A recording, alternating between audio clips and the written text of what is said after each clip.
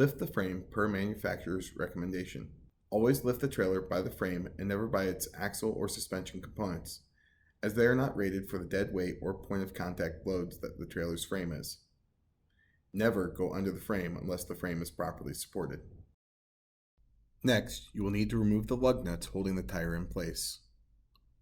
Keep in mind while doing so, if using an impact, to ensure that the socket has come to a complete stop before trying to press it onto the next lug nut, as this could round the corners of the lug nuts and cause damage. Next, remove the tire and set it aside. Remove the dust cap by using a flathead screwdriver to pry it out from the hub assembly. Rotate the hub assembly and pry evenly around the edge until it comes free. With a pair of needle nose pliers, straighten and remove the cotter pin. You may discard this now as you will not reuse it later. After removing the cotter pin, remove the castle nut by hand. Once the castle nut is removed, remove the washer from the spindle. Next, remove the hub from the spindle. Ensure that your hand is over the opening to prevent the outer bearing from falling out. Using an appropriate seal pulling tool, work around the inner grease seal to pop it free of the hub assembly. Keep in mind you will be replacing this grease seal with a new grease seal at the end of this procedure, and therefore it is okay to damage this one. If at any point during the removal process you notice grease on the hub assembly, clean it off immediately. Gently lift and remove the inner bearing from the hub assembly. Once the bearing is removed, use a clean towel to clean away the old grease from inside of the hub assembly. Next, flip the hub assembly over and clear the grease away from the outer bearing cup as well. Be sure to be thorough in removing old grease.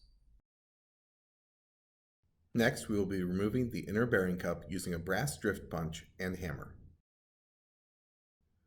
Place the brass drift punch around the edge of the inner bearing cup from outside of the hub assembly. Firmly tap around the edges using a hammer to pop the cup free.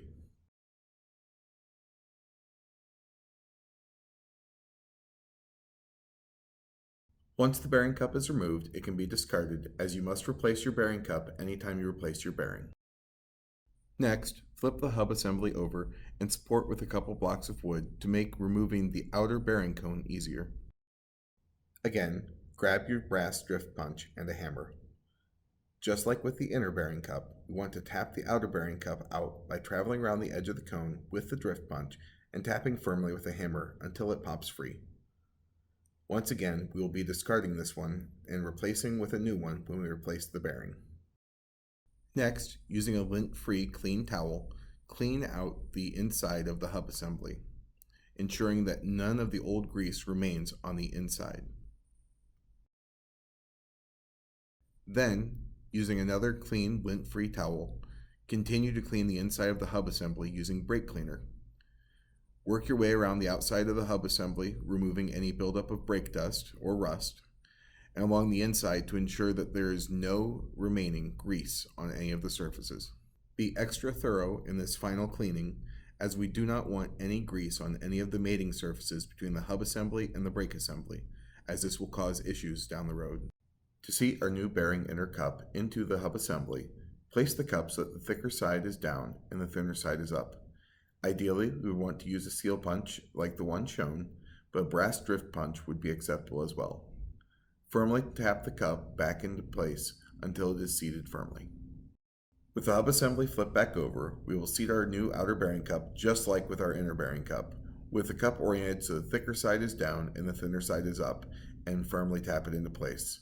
Again, a seal set kit will make this much easier, but a brass drift punch can also be used. Before we install the new inner bearing, we will need to pack it with grease. To start, we will want a generous amount of grease in the palm of our hand. You can find a list of acceptable grease options in our manuals online. We will then want to press the widest end of the bearing into the outer edge of the grease pile. This will force the grease into the inner area of the bearing between the two adjacent rollers. We will slowly continue this process from roller to roller around the bearing to ensure good, even coating. Gloves are recommended for this portion to help prevent contaminating grease with dirt from our hands. Keep an eye on the bearing as you slowly rotate and pack it to ensure that the grease is getting backed in. It is preferred to use a bearing packer instead of packing by hand. However, as a bearing packer is not always available, we are showing the hand method in this video.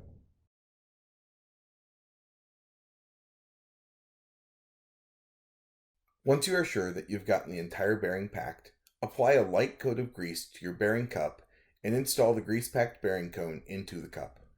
Before placing new grease seal into the seal bore, apply a light film of sealant around the outer rim of the seal. Then, make sure the seal is set square to the hub seal bore before pressing the seal all the way in, or the seal may become damaged. Next, we will again use our seal set kit to press the seal into place. If you do not have a seal set kit, you can also use a rubber mallet and a block of wood to gently tap the seal into place. The seal is fully seated when the edge is flush with the edge of the hub. Next, with a lint-free towel, clean off the spindle to ensure that none of the old grease contaminates the new grease. With the inner grease seal now installed, we can reinstall the hub assembly over the brake assembly. We now need to pack our new outer bearing. It is best to do this just before we install it to prevent contamination by setting it down on a workbench. Again, we will want a generous amount of grease in the palm of our hand. We will then want to press it into the widest end of the bearing into the outer edge of the grease pile. This will force the grease into the inner area of the bearing between the two adjacent rollers. We will slowly continue this process from roller to roller around the bearing to ensure a good, even coating. Next, we will place the outer bearing back into the hub assembly. Then we will place the outer bearing washer on the back side of the bearing and wipe away any excess grease. Next, we will install our castle nut to help lock everything into position. We want to tighten this down by hand to help shift the hub assembly into position and begin seating our bearings and inner grease seal. Once the castle nut is hand tight, grab a torque wrench and set it to 55 foot-pounds.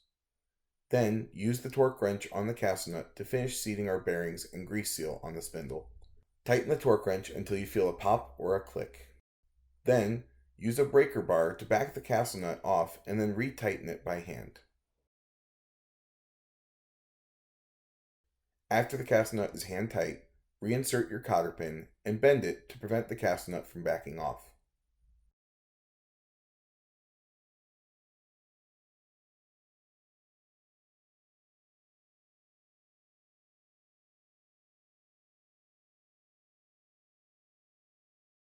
Then, reinstall your dust cap by placing it over the hub assembly and gently tapping around the edges to seat it firmly. Next, we need to reinstall our tires. Line the holes on the tires up with the spindles for the lug nuts on the hub assembly and remount the tire. Next, we need to reinstall each lug nut. While installing the lug nuts, it's important to start each one by hand. That way, we can help prevent any cross-threading during the installation process.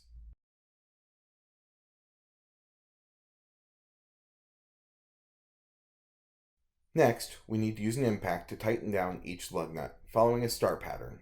Following this pattern will help seat the wheel properly and ensure that each lug nut is tightened appropriately. Ensure that the socket has stopped spinning before applying pressure to the next lug nut, as this could round off the corners of the lug nuts, making it harder to uninstall them later. Now, we need to lift the frame, again following the manufacturer's recommendations, and remove our supports and slowly lower the frame back down. With the tires back on the ground, grab a torque wrench and tighten each lug nut down to the recommended torque specs found in the service manual. Tighten your lug nuts in the same star pattern you used to tighten them down with your impact. Check and retorque your wheel lug nuts after 10, 25, and 50 miles, and check periodically during regular service.